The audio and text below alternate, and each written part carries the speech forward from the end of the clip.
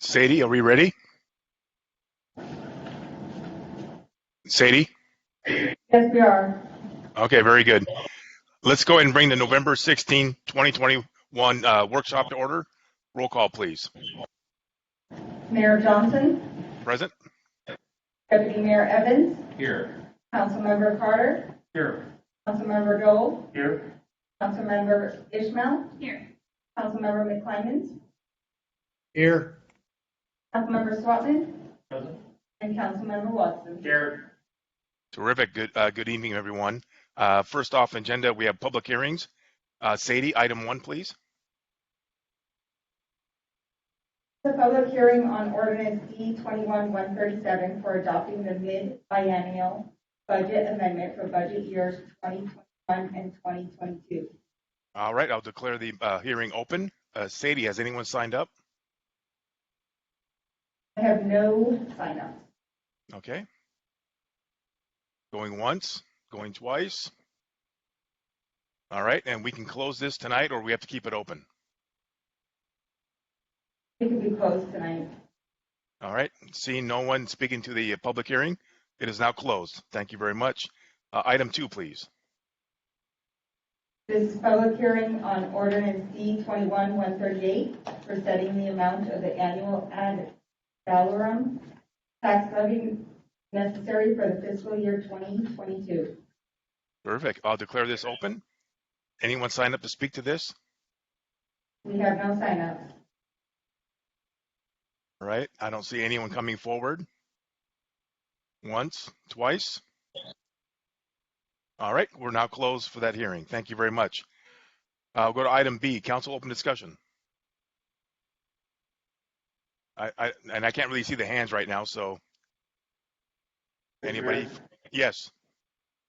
Hi, this is Tom, Councilman Watson. I attended the Community for Families meeting on November 4th. I had a great presentation from Devon Isaacson about the Reach Center and ACT program, about helping the children in the area, the resources available to teens, and bringing local help to local families in our community. Very good program. I also had a group presentation from Leslie, who talked about the holiday programs coming in Bonnie Lake, and also talked about the mayor's food drive in much detail. That was a good presentation there, and the toy box gifts are available. We're going to have in Bonnie Lake also for them. And also a question for the council that I received numerous comments about us having a town hall meeting. I would like to see us, before we have our retreat, get together maybe in February, either send a postcard out so we get the word out. That's a big problem to get into all of our citizens in town. Use the council money, use the same address we do for the recreation programs, have a meeting here, or if we can, the senior center, invite them to come talk to us so we can make sure that what we're talking about the retreat is also being brought forward. So I would need the council to approve using that money for us to go forward in the future. We can talk about it. Terrific. Thank you, Councilman Watson. Okay. I see a lot of nods on Mr. Mayor. What's that? We could possibly. I see a lot of nods on that, by the way, Mr. Mayor. Okay, very good. And if they can set that up as a virtual. That'd be great. Yeah. If possible. I don't know how much of a nightmare that might be. And we haven't done that for a long time. The mayor used to do it before. Yeah. So. Great idea, getting more of this. All right, well, I'm not hearing too much here, so. The senior high school has the ability to virtually put that online as well in the auditorium, so the system's already there. We could do it at the high school, yeah. Yeah. That'd be great. A lot more room that way. Yeah, a lot more. Thank you. That's all I have, Mr. Mayor. Go ahead.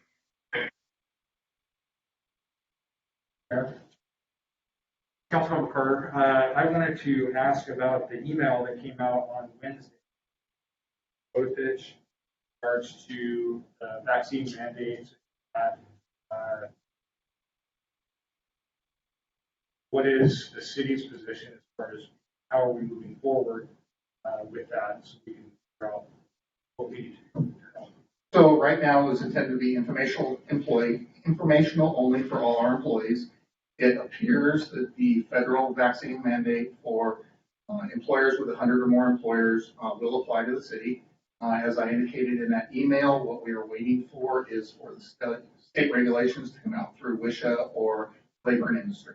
So we don't have a state mandate. Now, currently that order federally is under a stay. Is under a And stay. is currently going to court in the Correct. district. So, Correct. sixth district. It was in the fifth, now it's in the sixth. Correct. So currently it is not being processed. Correct. Now, so we're basically on hold. We are basically on hold. Yeah, John, I'll just add, we don't know yet what state of Washington's going to do. The federal mandate is on hold. It was enjoined by the Fifth Circuit. Labor and Industries, the state agency, was supposed to come out with a rule on November 20th. And we don't know whether they're still going to do that, given the fact that the federal mandate's on hold. So we're just waiting for some guidance from the state at this point. There is also the possibility, right, Kathleen, if I don't know all the intricacies, federal and then the state. I'm really having trouble hearing you. Can you hear me now? No? I'm getting about every other word. Us, or is it? So Kathleen, the question is, can the state be more restrictive? As far as I know, yeah, that the federal mandate would force the state to enact its own mandate, and so as long as the federal mandate is not in effect, then the state won't be forced to do anything. But in my understanding, Washington State still could choose to do a mandate. I haven't heard that there's an intention to do that, but nevertheless, it's a possibility. Councilmember Climens? Yeah, so is there some opportunity here for the city council to establish some regulation or policy to just to clarify this beforehand, and it would take precedence over the federal or state? I think if you tried to do that before the state rule came out, you'd be kind of working in the dark because you won't know what the state is going to require, if anything. And so I think it's going to be really important just to wait and see. The process was supposed to be that LNI would publish a draft rule a couple weeks before it would go into effect. So we'd be able to see what was coming and we can evaluate at that point, because at this point we just don't have any idea what's going to happen, if anything. But Kathleen, could the city pass a ordinance saying we will not allow mandating of anything? I mean, I think that Kelly is kind of getting to that. Can you pass something that can just say we're not going to be doing this, and this is why? Well, I think that's why it's important to wait for the LNI rule, because we don't know, say LNI does come out with a mandate, we don't know what the consequences will be for violations, and we don't know what the enforcement scheme will be. So we really don't have any way to say, is this something we can avoid or not? They could publish a mandate that doesn't have any teeth, in which case it wouldn't necessarily have to be enforced by the city. They could come out with a mandate that has a lot of consequences for violating it, and we would want to see that before we took any action. Yeah. We draft something. Councilmember Climens? Yeah, do we have an idea of how many employees this would affect? It would apply to all 151 employees, and thus far we've had about 10% response rate to our voluntary attendance. We have roughly 75 of our 150 employees that have voluntary attendance. Councilmember Ismail?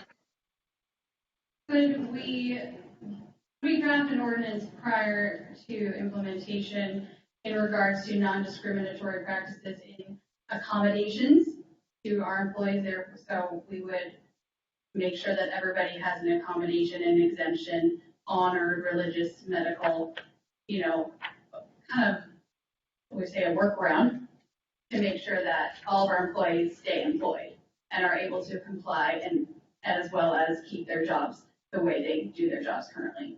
Could we do something preliminary? Well, I think you have to anticipate that any mandate will have to require exemptions for medical and religious reasons, and you have to deal with those on a case-by-case basis. There's no reason to expect that Washington, if it does come out with a mandate, would be any different. And that's for the limited number of employees that have been subject to the mandate so far. That's what the city's been doing, is just considering the exemption requests as they come in.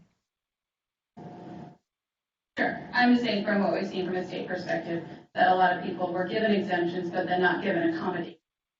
And that is my concern, to protect our staff. Make sure that they apply for an exemption, they don't only get that exemption, but they get that accommodation granted to them to keep their job and be able to do their job the way they're doing it now.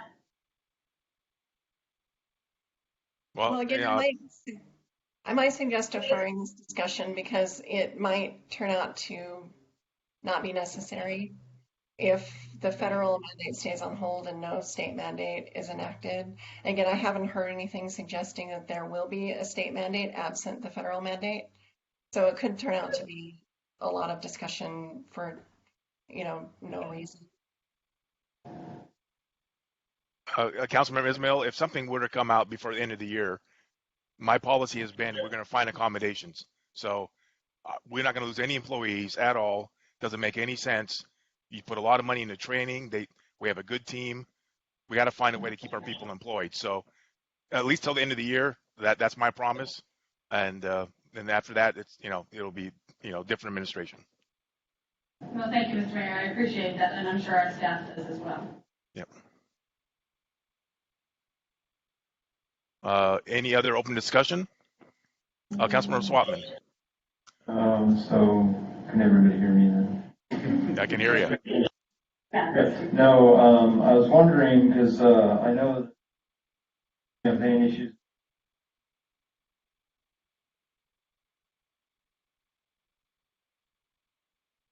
Once again, of course, has always been worried about those actually and that's where it really hits home to the citizens.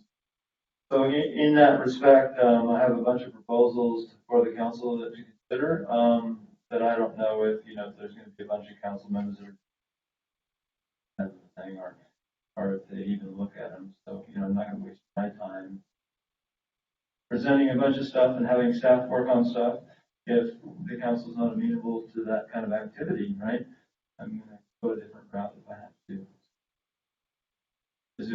I know there's going to be a new council member, but it looks like Mr. Watson is willing to look at stuff at least. So I will go down that route. But I do know that there is one time sensitive issue because it's my understanding that I've discovered, that the water rates, I think that's where we can probably have a lot of discussion, talk to a lot of people about some things about being able to serve our underserved folks with like a lifeline rate, which is kind of a discount thing that we kind of do for property taxes and stuff, and then moving some tiering stuff around so that, council may not be aware that, it is 411% surcharge on the top tier rate for out of city water usage, right? So if you go into that, and I think that, we did a pretty aggressive model with the water and we think that we know what we came out with, but I think, it's time to look at that and go back and establish, okay, this is what we thought was the model. Now let's look at reality and see what we actually got. See where we're at to make sure, to true it up, if you will. We ran with it a little while and there are people that, have to water their lawns a lot for one reason or other. They choose to do that, however you want to put it. And they're getting, $700 water bills. Of course, it's every other month, so maybe it's a $350 water bill, which I think is extraordinary. A lot of them have chosen to do that. Some of them have leaks, and but really the bottom line is that I think that we're in the mode to be careful what we're doing with water, and we have proposed on the books today. We have an 8% increase next year, right? time period, we're gonna up that again. And I don't think at this point in time it would be appropriate to do that. And I would like, my fellow council members to consider if we should suspend that, just suspend it for a little while while we go back and take a look at that. And I don't know if I can get support on the council to do that. And then, take a look. That was my proposal. Obviously, we need staff to come back with an ordinance or whatever, a resolution to suspend that 8% surcharge. It's going to begin in January. Go forth from there. Well, Sherry has a question. Okay, Sherry? I actually have a response if you're interested from the budget perspective. I Sure, think yeah. I heard you correctly. Sorry, I'm getting a lot of feedback. Yeah, it was I think it's an 8%. Then we have the extra, let's see. Yeah, so, sorry, I don't want to talk over you. It's really hard for me to hear you. Like the mayor was saying, we're getting a lot of every other word. So it sounds like you're asking about whether or not we can put the 8% on hold. I think financially at this point, there's so many changes going on with the ARPA money, which will feed water and sewer projects. That's like $6 million. There's some other grant opportunities coming in. Due to COVID, we haven't had as many capital projects in the last 2 years as we had on the books. I think it would be appropriate if the council chose to put the water rates on hold for 2022, as long as we did it with the caveat that we would do another rate study and possibly change the tiers. I know my staff would also appreciate a change of like the volumetric and the tiers the way they are. Maybe look at other entities and see what they're working on and, change it to be similar. And then the other thing I would, like in the resolution or ordinance, should you guys decide to put the 2022 rate on hold, would be at least the CPI for 2023 moving forward in the event that we don't get a chance to come back and do a rate study completed in 2022. I don't want to get too far behind, but I agree 8% at this point is probably not in the best interest of the citizens for the pandemic, as well as given all of the ARPA money we have to look at spending and transferring to the monthly billing per your request, Councilmember Schwabman. So from the budget perspective, I would support that.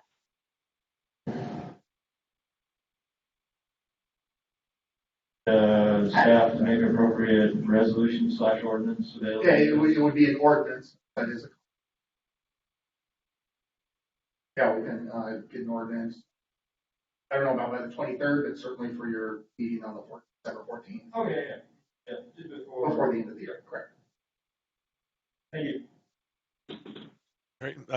Anyone else for open discussion? Okay, I don't think I hear or see anyone. We'll move along. Review of council minutes, Councilmember Watson and Councilmember Carter. We had one minor correction to turn in.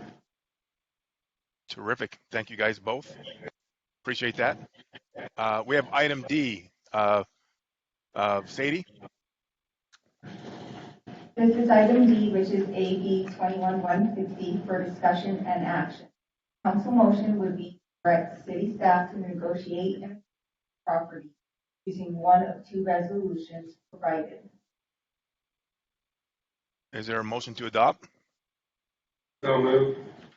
Is there a second? Okay, great. Discussion. Jason, you want to kick us off? Okay. I haven't outlined everything in the memo, but just from a general background, in March of 2020, we had a presentation on possible development of the Compass Point site in a site called the P410 site from a local developer. In April, we presented a resolution kind of addressing what we could do within a development agreement. The initial presentation in March really was more focused on how do we deal with conflicts between the sewer alignment, the future roads network, those types of issues, and what are our processes for amending those. In April, we came back and presented that the council had two options. One was to do a development agreement or do comprehensive plan amendments to deal with the future roads network. The direction at that time was to use the development agreement process to deal with the future roads network. In early September of this year, we did receive a development agreement application from Chris Lear for both the Compass Point site and the Peak 410 site. We have provided in our packet kind of a outstanding list of items that still need to be included in that development agreement application. During that intervening time, we also, from my understanding, I didn't see them, but we received a number of proposals to purchase the Compass Point site. And under the surplusing resolution, all of those proposals are supposed to be brought forward to the city council.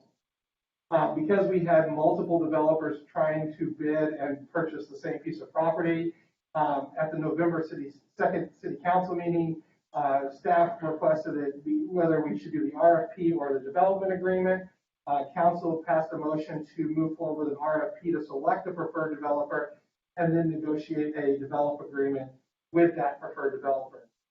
Shortly after that meeting, we received a request from Deputy Mayor Evans to kind of present on what we have as it relates currently to the Compass Point site and the Peak 410 site, which is why there's now two resolutions in front of the city council tonight.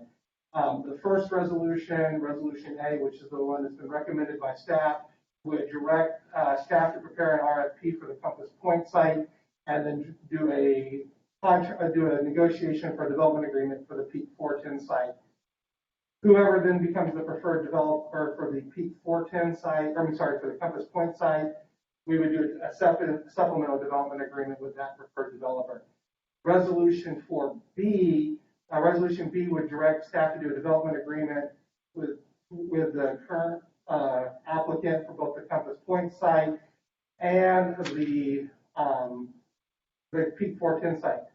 If we were to move with that option, it also amends the surplusing resolution to say that we will not bring back any other offers or look at any other offers unless the development agreement process falls through on the Compass site. The reason being is it's very hard to negotiate 3 or 4 multiple development agreements simultaneously. So it's either the options are kind of, option A is we do the RFP for the Compass Point site and have anybody who's interested in it put a package together that the council can consider both the purchase price and the development. The preferred developer is selected, we negotiate a development agreement, or we do a development agreement with the current applicant and not worry about any of those other proposals, only unless the current development agreement is valuable. And so we're just asking. So Jason, this one that we have action on right now, it's one resolution. So I don't see A or B. It's in the packet, Mayor. If you look in your packet, the city clerk's office and I were trying to figure out how to put it on the agenda. Yeah. Right. But if you look at the actual agenda bill, in the agenda bill, there's a resolution A and a resolution B. And the difference between A and B is A is do an RFP for the Compass Point site and a development agreement for Peak 410, and B is do a development agreement for both sites, amending the surplus resolution so we don't have to bring back every offer to city council unless we're unable to do a development agreement with it. So and those two resolutions are on page 28 and 29 of your packet. But so for action though, we have 2994, but these other two are so how do you separate it? There's in the packet, because we didn't know which one the council wanted to do. There's a resolution 2994A and a 2994B. Right, okay. So you have to announce one, yeah. Yeah, the council needs to select which of those two resolutions they're acting on, and then the resolutions themselves contain all the information. In a nutshell, then B is basically working with Chris Lear, correct? And then A would be working with everybody that wants to come through the door. Is that how I read it? A would be the RFP process. Right. B would just be work with Chris. Yeah. Okay. Thank you, Jason, very much. I think, Council, you're going to discuss this, and it's definitely up to you. But we have a known entity in this marketplace right now. Somebody who's done a great job in Easttown. We've waited for Easttown to develop over 15 years 14 years. Swapman and I have been around for this whole thing. To me, I think it's worthwhile. I think it's worthwhile to go ahead and go with option B and see if we can get that worked out. Because I think right now that's our really best shot of making things happen in Easttown. The other ones are just doing land grabs and, hoping for the best. But that's my 2 cents. I'm a short timer, so I'll leave it up to you. Mr. Mayor, Yes. I agree with you on going with B. Chris Leard and his group have worked very close with us to see what our needs are, work for his, make sure it works out for future development, and helping our city too. He understands our goals and our needs. And I think to try and work out with someone else, that I don't think they'll take our interest and as much as he would. So I would support going with B. Mayor? Yes, go ahead. I'd like to second what you said, and Councilmember Watson. Chris has built 2 amazing, beautiful buildings here. He's worked well with the city staff. He's provided very well-paying jobs, very good family work-life balance to our area. He's keeping cars off the roads by not having to have these people go find jobs in Sumner or other locations. And he's just going to continue to do that with the development of this and all the new buildings and revenue streams that will come into the city. I think it's a win-win for the city to have someone as well as him and his family that have been doing this for a while and have successfully grown businesses here, international businesses here out of Bonnie Lake. And I think it's a great opportunity for us and for the Lear family to continue working together. Thank you. Perfect. All right. Any other discussion? Mayor? Councilmember Carter, yes. I just want to echo what Councilmember Watson and said, that having a known entity that we know is having the unknown is all for.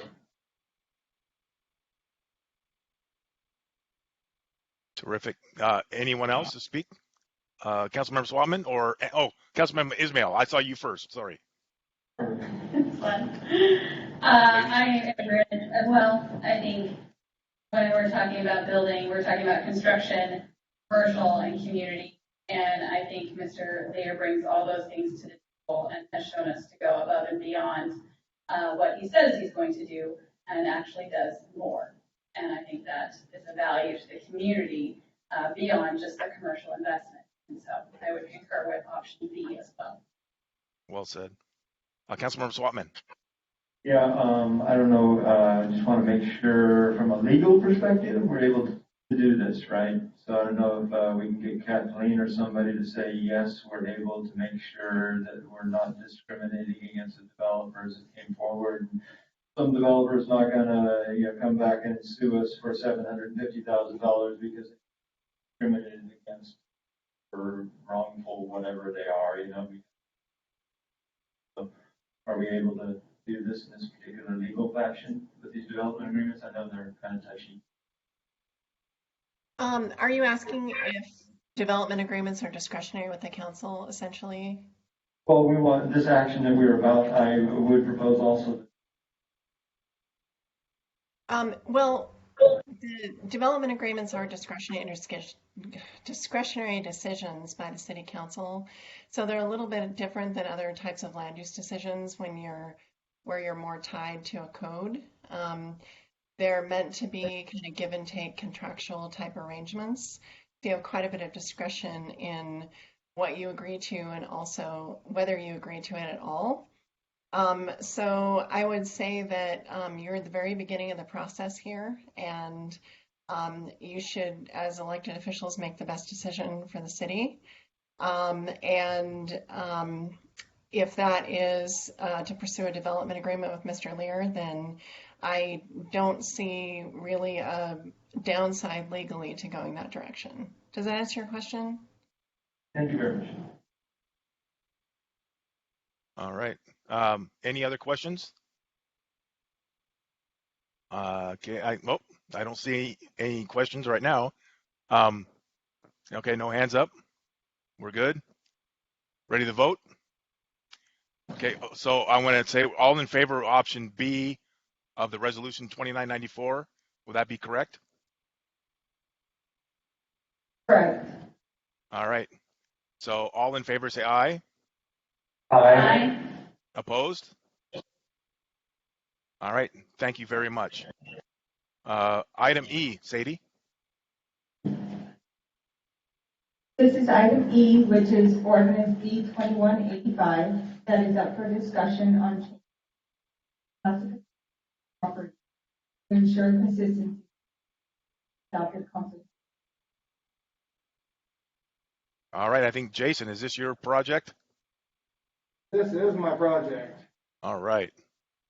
Waiting for Sadie to bring up the PowerPoint because I think it's a little easier to understand what we're doing with that.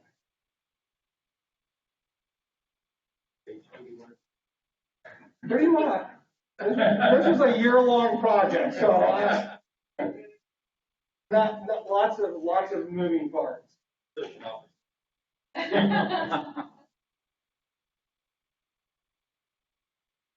I will actually, I've done this presentation enough, so it should take.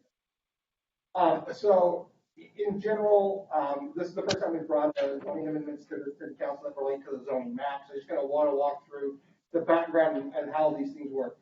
In our city's comprehensive plan, we adopt what we call the future land use map. The future land use map has zoning classifications that are tied to that land use designation that was adopted in the comprehensive plan. We are required by the Growth Management Act to make our zoning map consistent with the land use designations in our comprehensive plan. All of the proposed zoning amendments tonight are designed and will implement our adopted future land use map as required by the Growth Management Act. Because we were dealing with private property owners, we went beyond the traditional public noticing procedures, which is just posting notices and email notifications. We mailed letters to every affected property owner who has is included in these proposed zoning reclassifications to identify what their zone was and what it would be. Out of the 173 letters that we mailed out with the parcels, we're expecting about 173 parcels. We received 9 comments from 9 individuals out of 173 affected parcels. And we'll kind of walk through each of those comment groups. So this is that future land use map that I was referring to. As you can see, it looks a lot like a zoning map, but if you were to go in and look specifically at the details, there are different designations on different properties. So for example, here, this is one of our big rezone areas. You'll see that it's all zoned into that RC5 designation, similar to what we've done over here, where we have significant critical areas. So that's how these 2 maps go. This is the kind of the implementing one, and the implementing one, and then the zoning map implements these designations. So the first comment, the first map zone rechange is over on Swiss Park. Swiss Park is currently what we call split zone. So the area that's kind of in the solid color is currently zoned Midtown Commercial, and we're moving that to public facility. We did get a letter from the owners of Swiss Park, who in general were supportive of the rezone because it better implements and goes along with what they do on the property. Right now, a lot of what they do on the property that's zoned Midtown Core actually does it as a non-conforming use. Moving it into the public facilities designation doesn't mean it's open to the general public. That's just the zoning designation that we use for both private or for quasi-public and full public facilities, so private parks, those types of things. The regulations are more favorable for parks in the public facility. This is the same thing we zone our own parks as.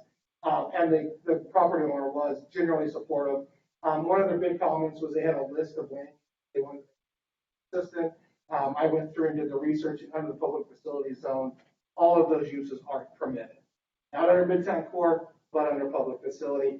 And this zoning designation change was anticipated when we updated the Midtown zoning standards a couple months ago. You said generally supportive. What was the? They weren't. They're always convinced that somehow we're trying to take away things that they're doing on the property. And no matter how much I wrote, I could never get them to go, yes, we totally understand and are 100% supportive. That's why their comment letter said generally supportive. So I didn't want to overestimate what they were saying. But the specific issues they raise about certain uses are outright permitted under the public facility zone and would not be outright permitted under the.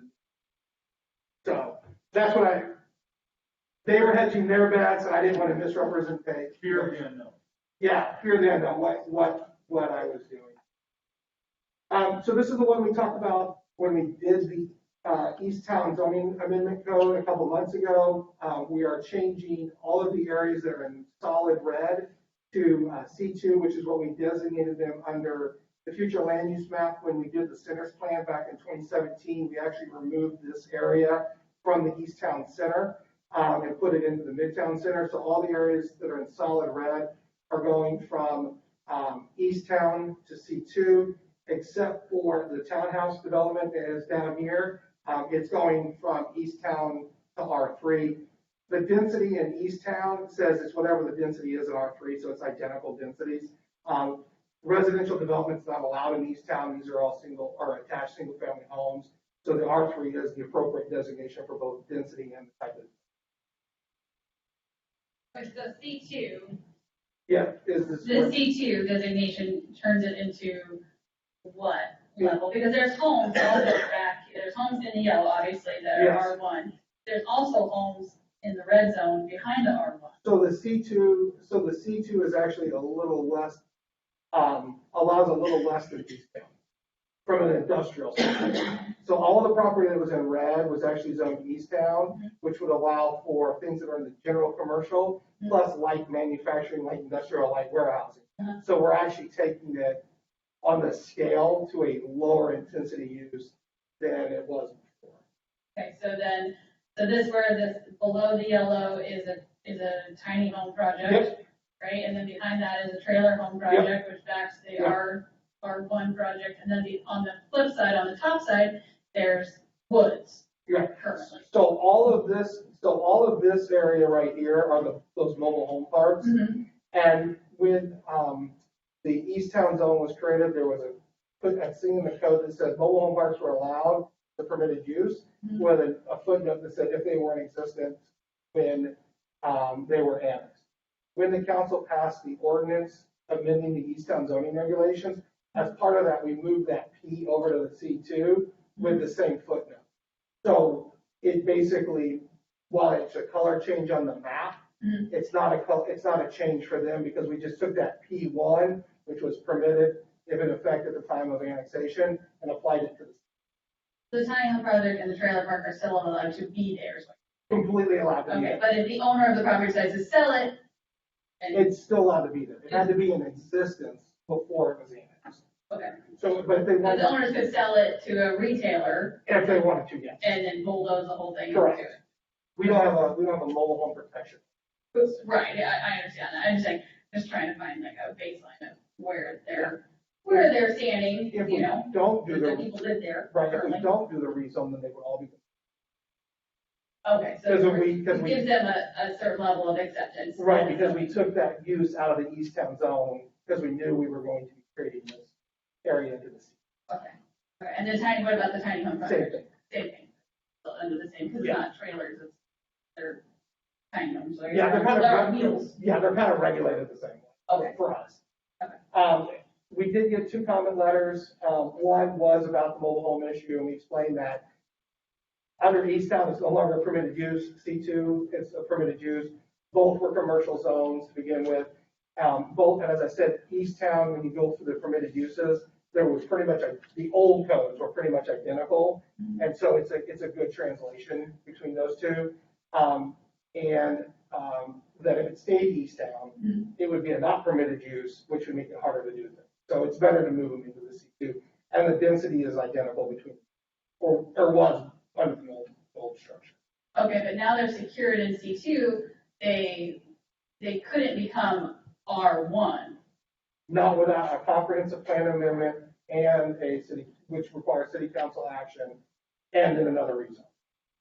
Okay, so a developer would have to come to us and say, I want to get rid of the tiny home project and I want to build more, single family, like high density homes. Like, Right. they couldn't do that without, They can do apartments in C2. So if you look over the view by Vintage, yeah. that's without all all of the C2. C2. Yeah. So you can do apartments in the. Townhomes? not townhomes, because townhomes are single-family developments. Okay, So they could do apartments, they could make them look like townhomes, like they're doing out in Delaney, like Taps, right, but it would still be all rental or condominium. okay, but no R1 and no single-family structure. Not under the current plan. Okay. But if, like I said, if somebody came in with that proposal, that would have to go through a separate review process. It could happen, it just have to go through a lot of hoops. Yeah, you would have to, the council would have to do all the work. Got it. Okay, thank you for explaining. Never, and then the other one that we got was a concern from a person who has a proposal to do an apartment, a small 8-unit apartment complex. Once again, same thing, not allowed in the East Town, allowed in the C2. The development standards for Midtown applied, whether already applied, so those stay the same, and then the density. So it doesn't affect that project going forward. I'm be curious how it affects the home values in the R1 and the R3 zone. That I can't speak to. I could say it was East Town before, which was a light industrial commercial zone, and C2 is a commercial zone.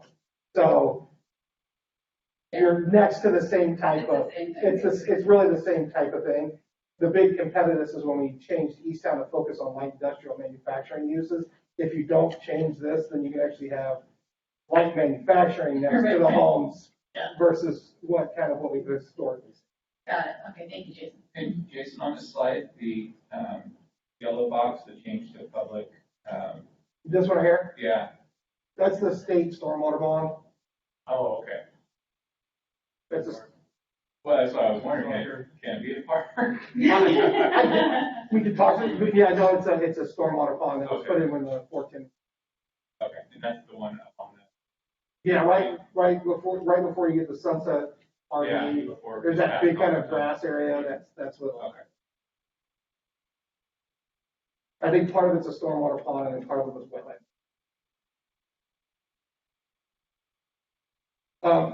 This one is actually changing from public facility to single family home. This is an error we caught in the zoning map. The land use designation in the comprehensive plan is for low density residential, but the zoning was public facility, which means that the 2 lots that were currently there, they have homes on them, they were non-conforming, and the 2 vacant lots couldn't have homes built on them because that's not allowed in the public facility zone. So this is actually just correcting an error in our own zoning map.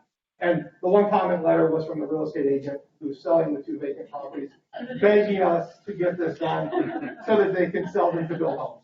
So, I bet they really appreciate that. yeah, this was an error on ours. I don't know how it happened, but that's why it's getting. Map 4, this is another split zone park. This is one of the parks over the HOA parks. Half of the property is zoned public facility, other half is zoned R1. That kind of created some problems when they were doing some improvements on the park. So, and the comprehensive plan, it was always designated with a public facility to match the other half. We did inform the HOA and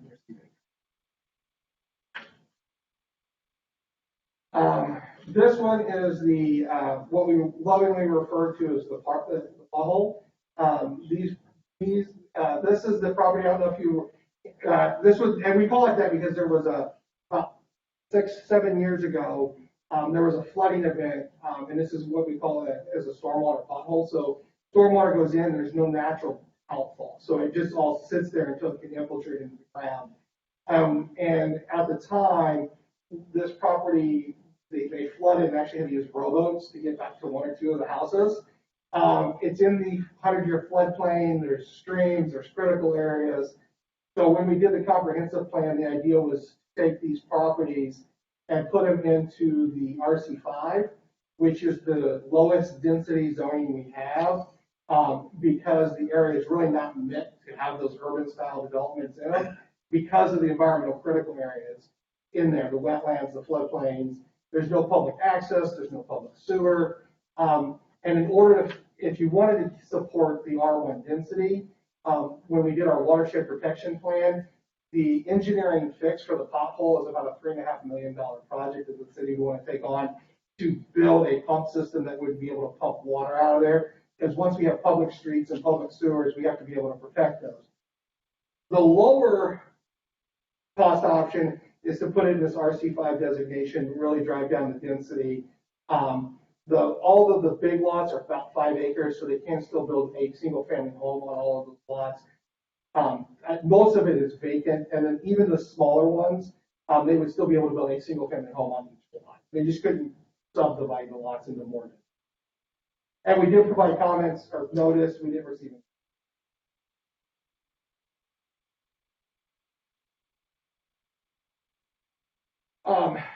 So map 6, and this takes up a long discussion in your packet. I will try to make it as quick as I can. This was the one I was pointing out. It's been on the on the plan since 1995 to put it into this RC5 designation.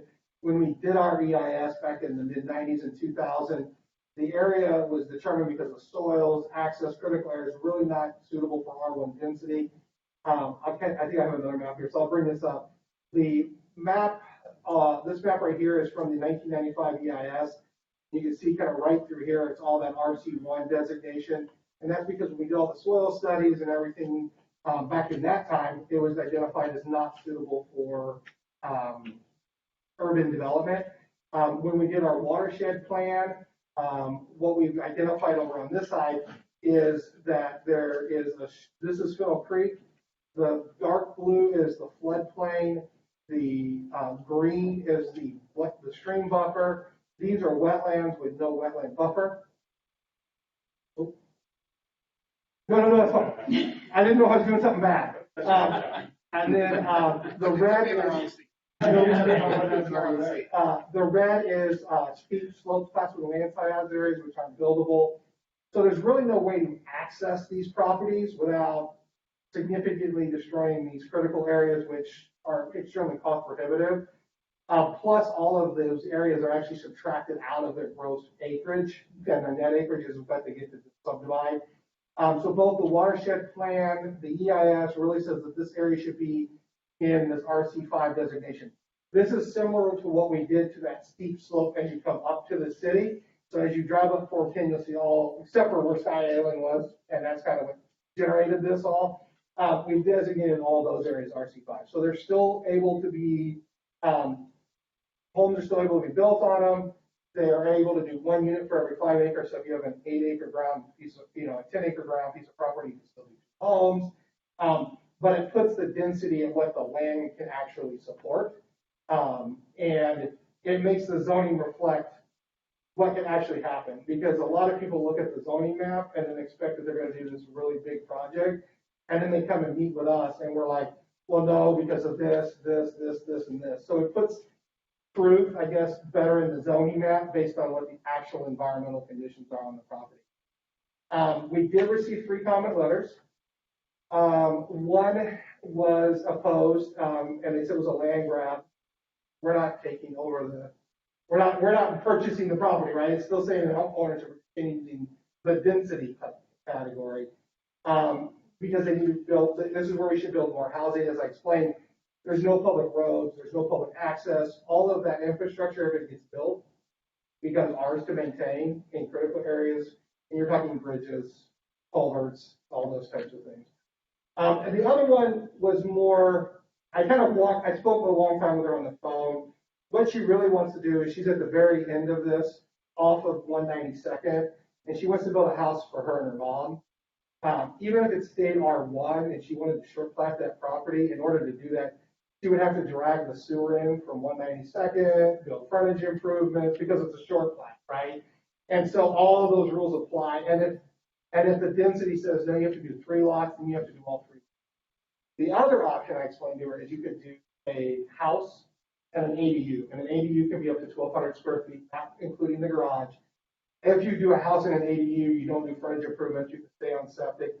And actually, under our current code, ADUs don't have to pay school impact fee, park impact fees. So you would actually build both structures at a lower cost. The only problem is they would be on the same lot. But it was for her and her mom to live out forever.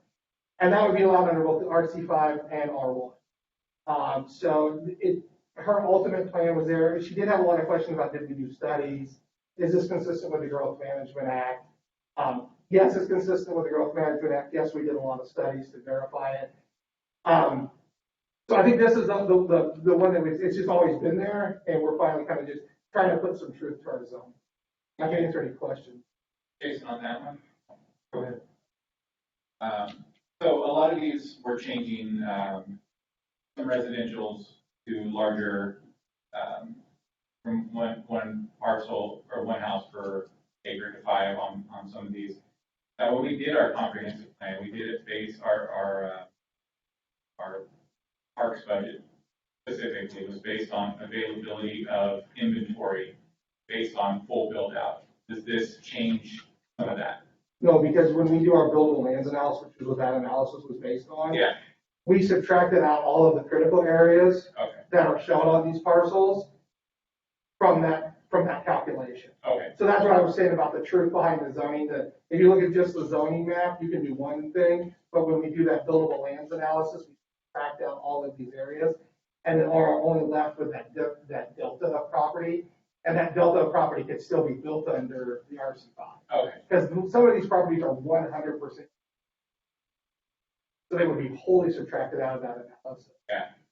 And so it really won't change that map. It'll actually probably make some of the really, really big ones a little easier to do because it's 5 acres and you just cram it in the corner. And, Yeah. Well, yeah. I'm glad that all that was taken into consideration and it wasn't just looking at a map that says, all right, this is, we can put 5 on this, 5 on this, 5 on this. We have 15 available lots, even though really you have 3, probably 2. With the And we do everything in the aggregate. So we take everything that's R1, subtract out all the critical areas, Okay. and then get a number and then divide that by the density. So it's not like a parcel by parcel, but the areas were subtracted Okay. in that aggregate number. So this is one of those rezones that I have the most concerns about, of course, because we're taking somebody's, albeit difficult to develop R1 parcel, and we're telling them to go to an R5, basically, right? This R5 is R1. So theoretically, under the existing property rights that I have today with an R1 piece, I can build under R1. Good luck, right? Because of all the constraints. This is virtually unbuildable as we look at it, my understanding. The problem I have is that I can see, that we've played with in the past, like cottage development, stuff, it's really unique stuff that, because knowing Fennel Creek, and I've actually walked Fennel Creek down there, it is a pristine environment. We put the trail down there. We did some fantastic spots. If anybody wants to, go be in the middle of nowhere, but yet in the middle of the city, Fennel Creek is a spot you're going to go. Utterly unique. So that's the kind of development I worry about, that somebody might literally want to say, hey, I have this R1 piece today, and I'm going to spend, $5 million to put 3 or 4 little teeny tiny homes down there that are zero impact homes. And they got solar on them. They're on, like we did with the bridges or whatever. They're not even impacted soil or anything. Just crazy stuff, right? So why wouldn't we let them have that ability in the future? Because we really know that, an R5 could possibly restrict that more than what an R1 could be closer to that. I can see it being ultra unique where, people are literally having a parking garage up on 192nd and they're having a little like tramway or something down to their mysterious property in the middle of nowhere, right? I know it's ridiculous, right? But looking to the future, I think, well, if I had unlimited funds, that would be the place I would. Well, I think there's kind of 2 things that we look at here to the property. Yeah. One is, yes, it's R1, but if your lot is wholly encumbered by critical areas, under the R1, you get 1 house. Because we subtract all of that out from your gross acreage and you get based on your netting. Some of these lots, not all of them, some of them are over 5 acres. And the way we wrote the RC5 code to balance that property right is if you have a 40-acre piece, your density is 1 unit for every 5 acres. The lots themselves do not have to be 5 acres because you're protecting critical areas. So if you have so in this case, I'm not saying this is true, but because we have to look at all the other parts of the Rubik's Cube, but just from a purely mathematical, if you have a R1 lot that is 20 acres with these critical areas on it. We subtract out all the critical areas and you're left with maybe one lot. Under the RC5, we say, okay, you have 20 acres, that's 1 unit for every 5 acres. You can do 4 lots. I don't care if they're all 3,000 square feet and the rest of it's critical area. So from a property rights, you technically are getting a little bit more under the RC5. That wouldn't be true for every lot on there. There's a lot of other variables, but it was that the code was written to attempt to balance those two competing. Yes, there could be some really inventive, crazy project that comes forward. If that were to come forward, we could always come back to council and have that conversation. Yeah. But from a pure zoning thing, the RC5 better reflects the actual on-ground conditions so that our zoning map is giving people a more accurate picture of what they can and can't do with the property.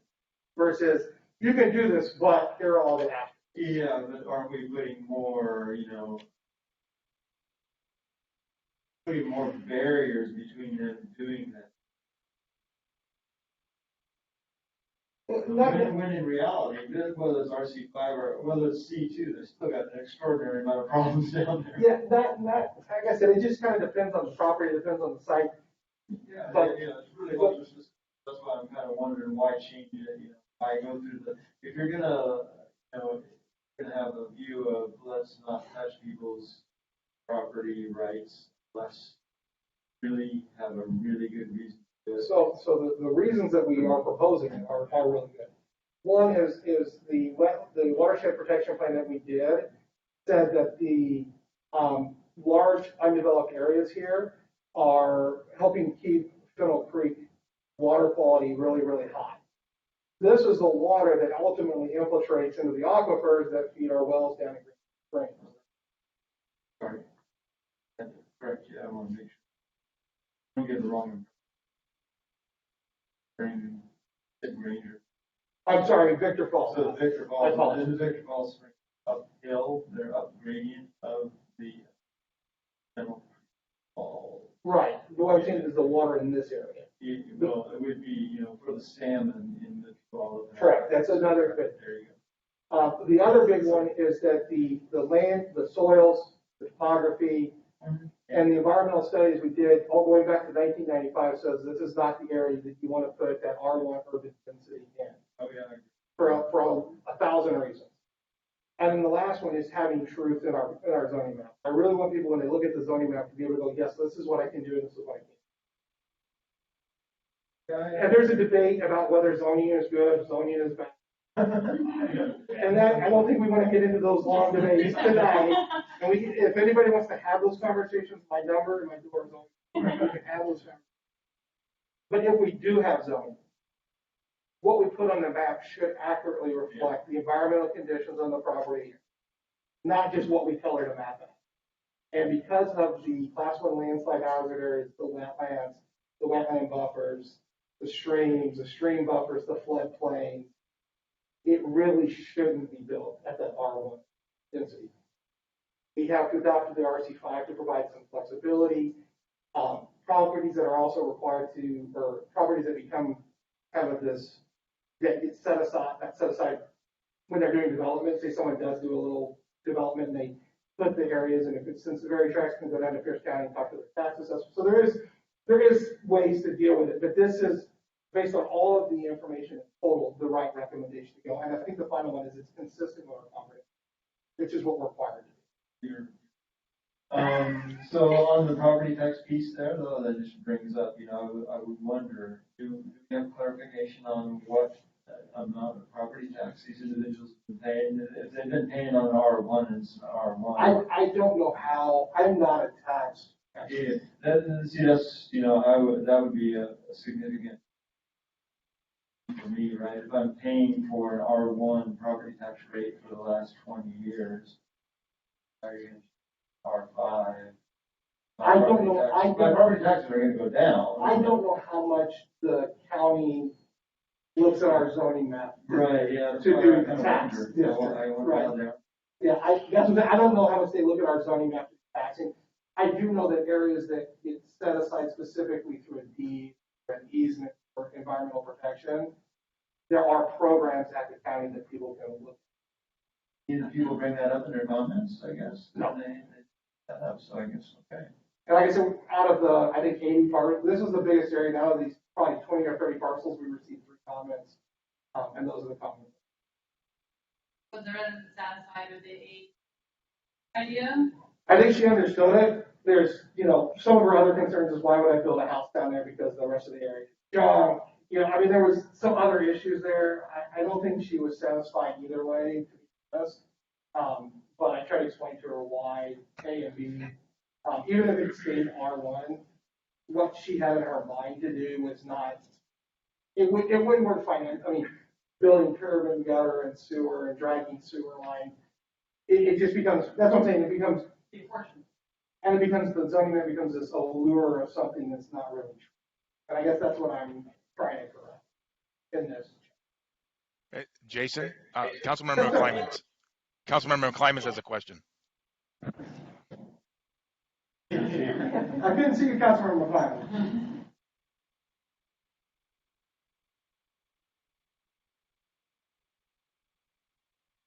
Oh, he had his hand up for a minute. Kelly, do you have a question? From you, Kelly.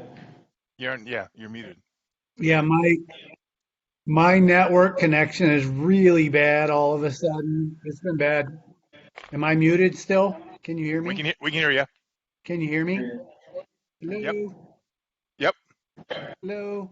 I can hear you. You're good, you're right. Okay. I'm trying to talk, but it's not Go ahead. working. We can hear you. We can hear you, Councilmember McClellan. We're good, we're good. Oh, great. Yeah, I'm concerned with this particular. No, he froze.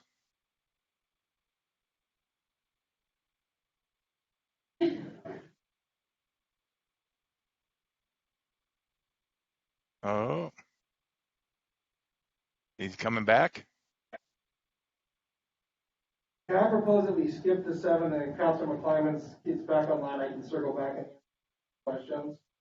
Yeah, let's go to 7. Yeah, let's do that. So, 7 is, this is the open space tracks, that were done, as part of the last phase of Sky Island. It's always been proposed to go to the RC5, which is consistent with how we zone everything on that slope. There was some concerns from the HOA. Ultimately, they did write a letter supporting the rezone. They thought we were changing their zoning designation and property taxes. And I had to explain to them that regardless of what we zone it as, the plat identified it as open space parcels, and that's what it's being taxed on. So that would stay regardless of what we zoned it. The other comment letter was from a resident who's also a planning commissioner who voted in favor of the rezone. So while we did get 2 letters of concern, both ended up understanding what it basically just makes sure that all of that slope is zoned in the same zoning classification that we currently have. Except for that little small chunk that's going to public facility, which is our property. We try to put our properties into that public. The radio station? I don't know what that's, I think it's a stormwater pond. Oh, And then we have access to get back to the property. But the property right there, I want to say is a stormwater pond that we made. So, Jason, I think Councilmember Climens is back on line here. Maybe we can have him ask this question on number 6. Councilmember Climens, can you hear us? Oh, you're muted. I'm gonna stop sharing because I don't need that. Yep, unmute. Do we have to have action on these tonight, or is that future? And no, there's no action tonight. We're asking kind of what. Okay.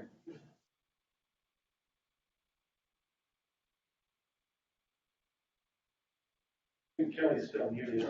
He's muted. Kelly, you're muted, you're muted. There's a, oh, I'm unmuted now. Oh, there we go. There we go. Okay. Is there a process by which we can remove map section 6? I'm particularly concerned because we do have a citizen comment that is unfavorable towards this action, and then we can come back and review this action again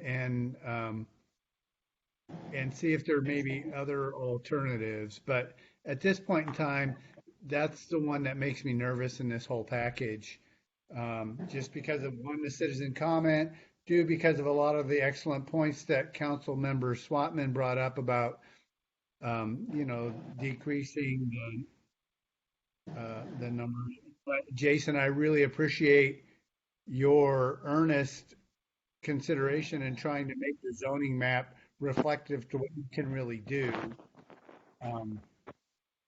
I appreciate that. I don't know I would rather try to remove this section from this proposal. What would you want us to bring back? Because we're not asking for any action on that. That's what we're trying to do, is get all the questions answered, so we tee this up for final action.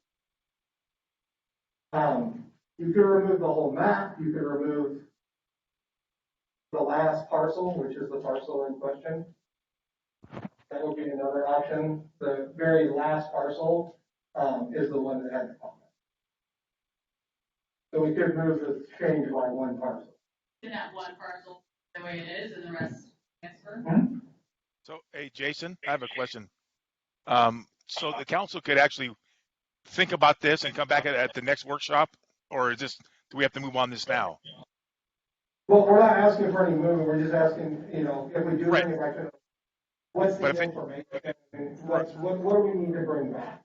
Yeah. So what I'm saying is that if Councilmember Climans wants to remove map 6 or parts of it, I think the councilors need to kind of think about it and come back to the next workshop and have a final say on it, so that way it can come back for action at our last council meeting. Is that possible? If they need that, I want to make sure they have the ability to have that. Yeah, I mean, there's not a time pressure that says we have to vote on it next week. I don't want them to have to go through it tonight and try to figure out, well, are they okay with this or that or another thing? They should have a chance to have a good discussion at a workshop to finalize what they feel based on all the information they got. And Kelly has something to say. Yeah. Is council okay with that, or would you like to do something else? Councilmember Climans is raising his hand. Oh, Councilmember Climans, go ahead. Does this, are we trying to also bring the zoning in compliance with the Growth Management Act on map 6, or was that just trying to make the zoning transparent? That was bringing it into consistent with the growth management. The comprehensive plan since 2015 has said those areas. This would be bringing it in. The council could, if the girl focuses that one parcel that objected, it is the very last parcel that. So the council, if it would, like I said, it's the one parcel that we got comments on. We could remove that parcel and address and do it separately and deal with it separately. It wouldn't be a spot zone because the zoning right next to it is. So it's not in the middle, it's right on the edge. So you could, if that's the direction, we could work around that one parcel and do more work on that one parcel and leave the rest of the rest of it alone. Is that the south parcel you're talking about? Yeah, it's the very south parcel. So why is the next parcel more southern R1? So if you go You're to, getting into development of the. yeah, it's the way that the slopes lay out. It was the best, because we don't like to split zone parcels. It was the best dividing line. And that's what I'm saying. If the council's really hemming and hawing on that very last parcel, there is some other recourses. We couldn't do that. Like I said, I don't think it'll solve the problem that she was facing. But if the council's concerned about not doing it because there was a protection, it would just be.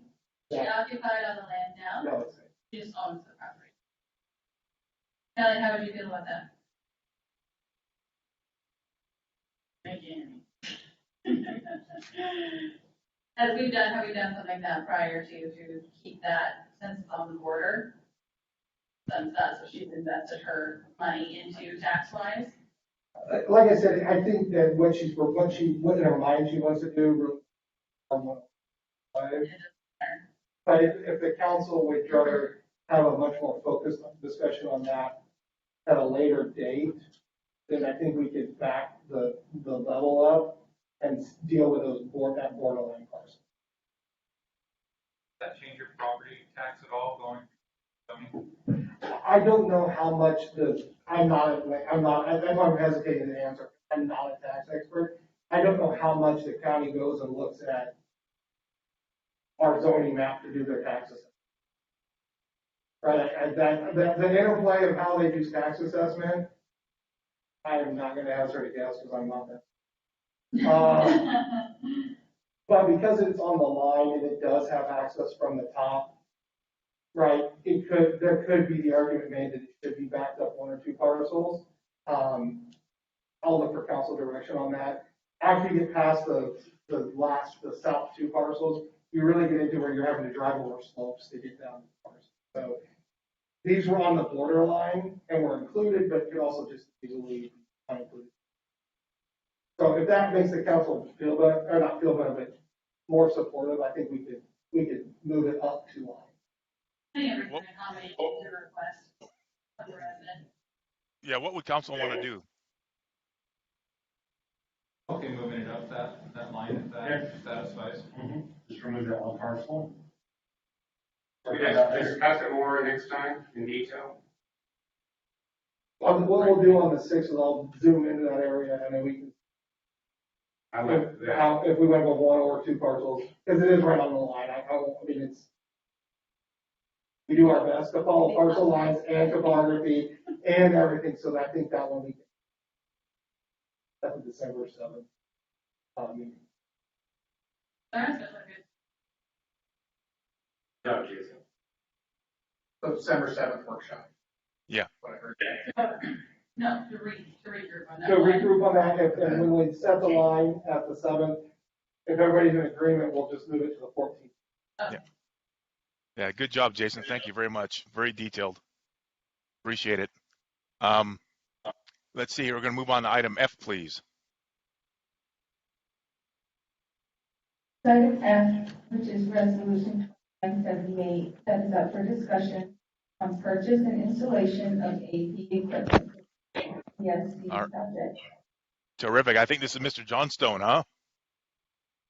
Mr. Mayor, I'd like to make a motion. Table What's it it? to the next council workshop. You may make a motion to postpone this to the next council works. Councilmember Swanton would like to move this to the December 7th workshop. I'll second that. Okay. Yeah, is there?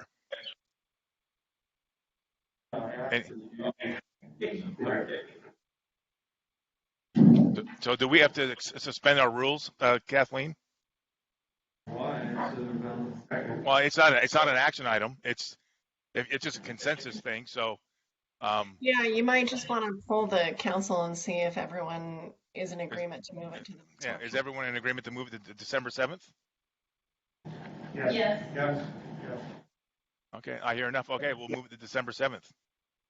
But I'd like to get any concerns to Ryan so that way we can have them addressed. You know, let's not wait till the last minute. All right, I see nothing else for the no exec session. I see nothing else. So have a great week. We're adjourned. Good night.